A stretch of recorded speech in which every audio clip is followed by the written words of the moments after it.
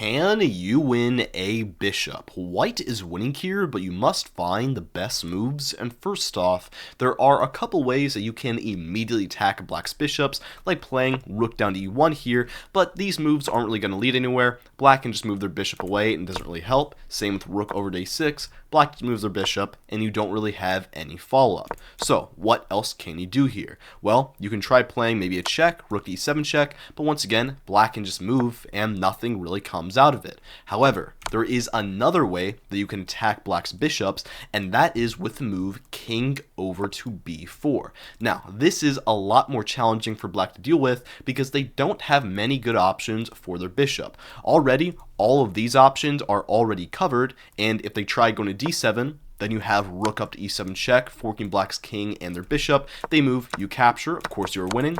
And if they try going instead down to d1, well then you swing your rook down to e1 and you get another fork. They move, you capture, once again you are winning.